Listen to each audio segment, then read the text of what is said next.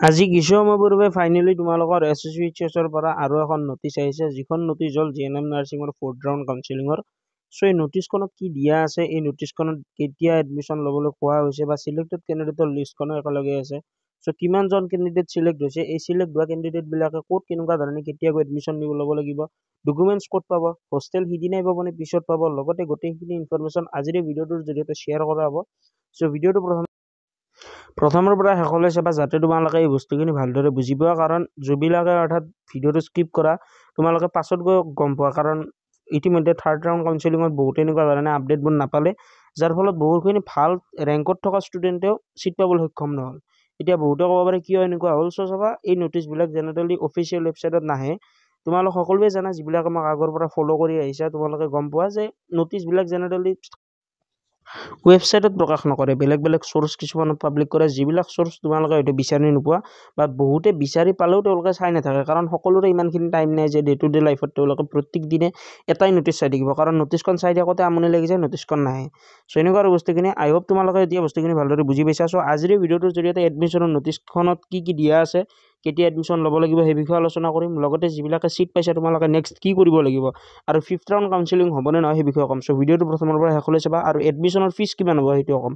চ' পোনপ্ৰথমতে ইয়াতে চাব পৰা এডমিশ্যনৰ নটিচ, ইয়াতে তোমালোকৰ দুটা পেৰাগ্ৰাফ দিয়া আছে। ইয়াৰে প্ৰথম পেৰাগ্ৰাফটোত এটা শ্বৰ্ট ডিছক্ৰিপশ্যন বা এটা শ্বৰ্ট ডেফিনেশ্যন টাইপত দিয়া থকা বুলি ক'ব পাৰে। ইয়াতে তোমালোকৰ ভালদৰে কোৱা আছে যে তোমালোকৰ কিহৰ কাউন্সেলিং হয়, ফাৰ্ষ্ট ইয়াৰৰ GNM নাৰ্ছিঙৰ কাউন্সেলিং হয়, ইয়াতে গোটেইখিনি বস্তু দিয়া আছে, কাউন্সেলিং ডেট আদি কৰি বা গোটেইখিনি। আৰু এই নটিচখন দিয়া গৈছে 13 তাৰিখে দিয়া বুলি কৈছে, বাট 13 তাৰিখে পাব্লিক কৰা নাই, এই নটিচখন 14 তাৰিখে পাব্লিক কৰিছে। চ' ইয়াতে তোমালোকে চাব পাৰা ইয়াৰে ছেকেণ্ড যিটো দফা আছে বা ছেকেণ্ড যিটো পেৰাগ্ৰাফ আছে, ইয়াতে তোমালোকৰ দিয়া আছে all the selected candidate are hereby directed to the report of the office principal colleges and principal nursing officers to the respected GNM training school with their original documents. So' যিবিলাকে অৰ্থাৎ select হৈছে, তোমালোকক এখন list মই provide কৰিম, যিখন লিষ্টত যিবিলাক ষ্টুডেণ্টৰ নাম আছে তাৰে কাষতে তোমালোকৰ চিলেক্টেড কলেজখনৰ নাম মেনশ্যন আছে। চ' তোমালোকে সেইখন কলেজত গৈ বা সেইখন ট্ৰেইনিং চেণ্টাৰত গৈ তোমালোকে নিজে নিজে এডমিশ্যনটো ল'ব লাগিব। চ' সেইটোও মই দেখুৱাই দিম, বাট তাৰে আগতে তোমালোকে ইয়াতে বস্তু ইয়াতে বুজি লোৱা। ছেকেণ্ড পেৰাগ্ৰাফটোৰ একেবাৰে লাইনত একেবাৰে শেষত এটা বস্তু মেনশ্যন কৰিছে, চাব পাৰা admission within 7 days from the date of publish with the following condition. So' তোমালোকে এটা বস্তু মনত ৰাখিবা, এই নটিচখন পাব্লিক কৰিছে অফিচিয়েলি 13 তাৰিখে, বাট নটিচখন আহিছে 14 তাৰিখে, বা মই ভিডিঅ'টো বনাইছোঁ 14 তাৰিখে। চ' 14 তাৰিখৰ পৰা অনাগত 7 দিনৰ ভিতৰত তোমালোকে নিজৰ নিজৰ এলটেড কলেজত গৈ এডমিশ্যনটো ল'ব লাগিব। তেতিয়াহে তোমালোকৰ এই যিখন অৰ্থাৎ এডমিশ্যন আছে বা যিটো এডমিশ্যনৰ প্ৰচেছ আছে সেইটো ভেলিড বুলি মনা যাব, অথবা তোমালোকক ইনভেলিড বেটছত সোমাই দিব। চ' এইটো বস্তু তোমালোকে মনত ৰাখিবা, উইদিন 7 days, অৰ্থাৎ মই ভিডিঅ'টো তোমালোকে বস্তুটো ধৰিব পাৰা যে বা 14 তাৰিখ দিছে, 17 তাৰিখমানৰ আগে পাৰিলে তোমালোকে নিজৰ নিজৰ কলেজত গৈ এডমিশ্যনটো লৈ ল'বা, যোনে যোনখন কলেজত এলট হৈছে। চ' এইটো তোমালোকে নিজৰ নিজৰ ৰেকৰ্ডিং চাই ল'বা। আৰু এতিয়া বহুতে ক'ব পাৰে ডকুমেণ্টছ কি কি লাগিব। চ' চাবা এটা বস্তু তোমালোকক সকলোকে বুজি পোৱাকৈ মই ভালদৰে কৈ দিওঁ, ডকুমেণ্টছ সকলোৰে বেলেগ বেলেগ হ'ব, কাৰণ চাবা যিবিলাকে জেনেৰেল হয় তোমালোকৰ কাষ্ট চাৰ্টিফিকেট নাই, যিবিলাকে PWD কেটেগৰীৰ পৰা বিলং কৰা তোমালোকৰ চাৰ্টিফিকেট বেলেগ হ'ব। চ' ইয়াতে সকলোৰে চাৰ্টিফিকেট বেলেগ বেলেগ হ'ব। চ' তোমালোকে নিজৰ নিজৰ ৰেকৰ্ডিং চাৰ্টিফিকেটখিনি চাই ল'বা। ইয়াতে মই তোমালোকক হাইলাইট কৰি দিছোঁ চাৰ্টিফিকেটৰ কথাখিনি ক'ত মেনশ্যন আছে, তোমালোকে ভালদৰে চাৰ্টিফিকেটখিনি এবাৰ চাই ল'বা, তাৰে পিছত তোমালোকে এডমিশ্যনটো ল'বলৈ যাবা। আৰু এটা বস্তু ইয়াতে তোমালোকৰ লিখা নাই যে ফটো, বাট তোমালোকক at the time of admission ফটোৰো প্ৰয়োজন হ'ব পাৰে, কাৰণ ফটোখন তোমালোকক যিখন ID প্ৰুফ থাকে সেই ID প্ৰুফখনত কেতিয়াবা প্ৰয়োজন হয় কিছুমান ট্ৰেইনিং চেণ্টাৰত, অৰ্থাৎ এনেকুৱা নহয় যে সকলোতে লাগে, কিছুমান সুকীয়া ট্ৰেইনিং চেণ্টাৰ আছে য'ত তোমালোকৰ at the time of admission 3 বা 4 কপি ফটো বিচাৰে। চ' তোমালোকে ফটোটো লগত লৈ নিবা, এইটো ইম্পৰ্টেণ্ট হয়, ডকুমেণ্টৰ ভিতৰতে কৈছোঁ, কাৰণ এডমিশ্যনটো যেতিয়া ল'বলৈ যাবা যদিহে তোমালোকৰ লগত ফটোই নাথাকে দেন তেতিয়া তোমাৰ আগৰ প্ৰচেছখিনি নহয়।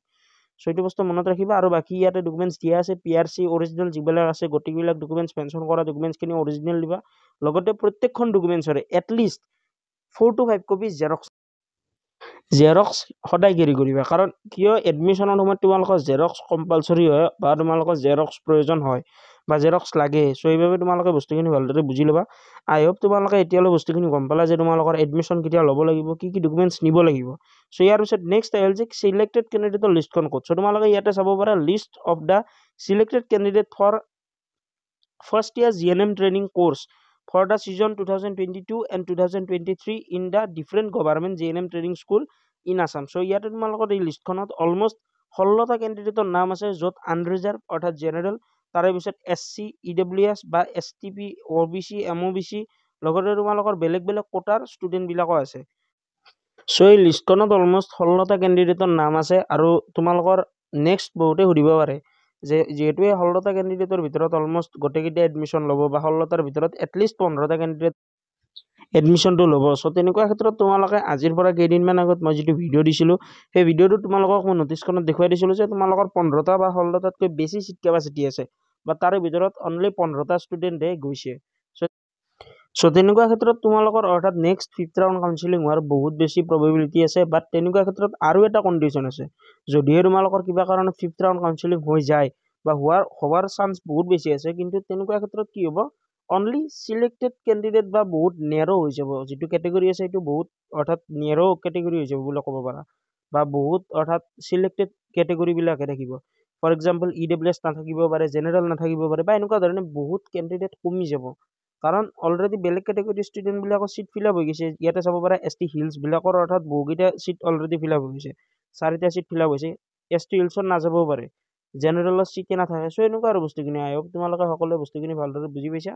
চ' এইখিনি আছিল তোমালোকক দিব লগা এটা সৰু সুৰা আপডেট। আৰু ইয়াৰ পিছত একেবাৰে শেষত মই এটা বস্তু তোমালোকক কৈ থৈ দিওঁ, যিবিলাকে এই চিলেক্টেড কেণ্ডিডেটৰ লিষ্টৰ নাম আছে, তোমালোকে এটা কাম কৰিবা, এই ভিডিঅ'ৰ ডেছক্ৰিপশ্যন বক্সত মই আমাৰ যি হোৱাটছএপ গ্ৰুপ আছে তাৰে লিংক প্ৰভাইড কৰি দিম, তাতে জইন হ'বা। জইন হোৱাৰ পিছত এডমিনক কৈ দিবা যে দাদা মই এইখন কলেজত চিলেক্ট হৈছোঁ, চ' এইখন কলেজৰ কিবা চিনিয়ৰৰ কণ্টেক্ট নাম্বাৰ বা যদিহে কোনোবা চিনাকি আছে কণ্টেক্ট নাম্বাৰ দিব পাৰিব নেকি। চ' তেনেকুৱা ক্ষেত্ৰত আমাৰ টিমে যিমানখিনি পাৰে সিমানখিনি তোমালোকক নাম্বাৰ প্ৰভাইড কৰি দিবলৈ ট্ৰাই কৰিবা। ভালদৰে কৈ দিবা যে দাদা মই এইখন কলেজত চিলেক্ট হৈছোঁ, মই তাৰে অকণমান ইনফৰমেশ্যন লাগিছিল, কিবা চিনিয়ৰৰ নাম্বাৰ প্ৰভাইড কৰিব পাৰিব নেকি। চ' তেনেকুৱা ধৰণে ক'লে আমাৰ টিমে তোমালোকক 100% ৰিপ্লাই দিব। হয়তো যদি নাম্বাৰ আছে তেতিয়াও দিব, নাম্বাৰ নাথাকিলেও প্ৰভাইড কৰি দিব। আৰু আমাৰ এইখিনি সহায় কৰাৰ মেইন উদ্দেশ্যটো হ'ল যে তোমালোকে যাতে ভালকৈ এডমিশ্যনটো ল'ব পাৰা, কাৰণ আমি জানো কিছুমান প্ৰব্লেম তোমালোকে ফেচ কৰা। ফৰ এক্সাম্পল বহুখিনি এনেকুৱা ষ্টুডেণ্ট আছে যিখিনিৰ ঘৰ ধুবুৰীত হয়, বাট তেওঁলোকে এডমিশ্যন ল'বলৈ আহে GMCত। চ' GMCত এডমিশ্যন ল'ব অহাৰ পিছত বহুতে ফিৰি যাব লগা হয় বা গুচি যাব লগা হয়, কাৰণ এডমিশ্যন আছে 3 দিন পিছত, তেওঁলোকে 3 দিন আগতে আহি যায়, কাৰণ ইয়াতে কোনো ধৰণৰ ফিক্সড ডেট মেনশ্যন কৰা নাই যে তোমালোকৰ এইদিনাই এডমিশ্যন হ'ব। তেনেকুৱা নহয়, উইদিন 7 days দিছে। এনেকুৱা নহয় যে 7 দিনৰ ভিতৰত যিকোনো এদিনত গ'লে, কোনোবা দিনা নগ'লেও নহ'ব পাৰে বা গ'লেও নহ'ব পাৰে। চ' সেইকাৰণে আমাৰ ফালৰ পৰা এইখিনি আমি চেষ্টা কৰিছোঁ, টোটেলি ফ্ৰী হয়, কোনো ধৰণৰ আমাক পে'মেণ্ট বা তেনেকুৱা কোনো আমাৰ ছিষ্টেম নাই। আমি চেষ্টা কৰিম তোমালোক সকলোকে আগবাঢ়ি যাবলৈ, যাতে তোমালোক সকলোৱে ভালদৰে আগবাঢ়ি যাব পাৰা। চ' যিবিলাকে চিট পাইছে তোমালোকলৈ ভালকৈ অৰ্থাৎ জাৰ্ণিটো কণ্টিনিউ কৰা, কংগ্ৰেচুলেশ্যন। আৰু মোৰ আজি ভইচটো ইমান এটা ভাল নহয়, কাৰণ মোৰ স্বাস্থ্যটো আজি ইমান এটা ভাল নহয়, বাট মই ভিডিঅ'টো ইচ্ছা কৰিলে 2-3 দিন দেৰিকৈ দিব পাৰিলোঁ, কিন্তু মই দিয়া নাই। কিয়, যাতে তোমালোকৰ অৰ্থাৎ 2-3 দিন দেৰি মানে কিয় আৰু বেছি দেৰি হৈ গ'লে। চ' সেইকাৰণে আৰু তোমালোকে আহিব আজিৰ ভিডিঅ'টোৰ জৰিয়তে বহুখিনি বস্তু গম পালা। যদি ভিডিঅ'টো ভাল লাগিল নিজৰ মাজতে সীমিত নাৰাখিবা, নিজৰ বন্ধু বান্ধৱী বা ভাইটি ভণ্টিসকলক এই চেনেলটো ডেফিনেটলি ৰেকমেণ্ড কৰিবা, যাতে এই চেনেলৰ জৰিয়তে তেওঁলোকৰ উপকৃত হয়। চ' আজিলৈ মানে জয় আই অসম, যিবিলাকে চিট পাইছে কণ্টেক্ট কৰিবলৈ নাপাহৰিবা, আমাৰ টিমে তোমালোকক ডেফিনেটলি হেল্প কৰিব। Thank U.